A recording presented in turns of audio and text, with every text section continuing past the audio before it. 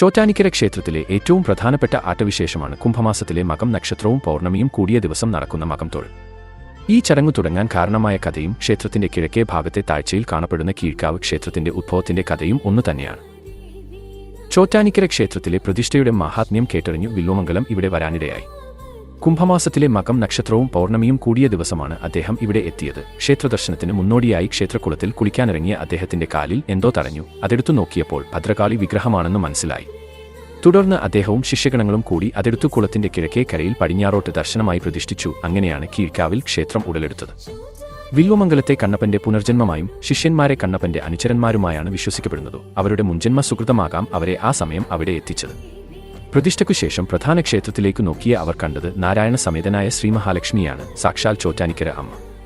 അതുകണ്ട വില്വമംഗലം ദേവീപാദങ്ങളിൽ വീണു നമസ്കരിച്ചു. ഇതു നടന്നത് കുംഭമാസത്തിലെ മകം നക്ഷത്രം പൗർണമിയിൽ മിഥുനം ലഗ്നത്തിൽ ഉച്ചകഴിഞ്ഞു 2 മണിക്കാണ്.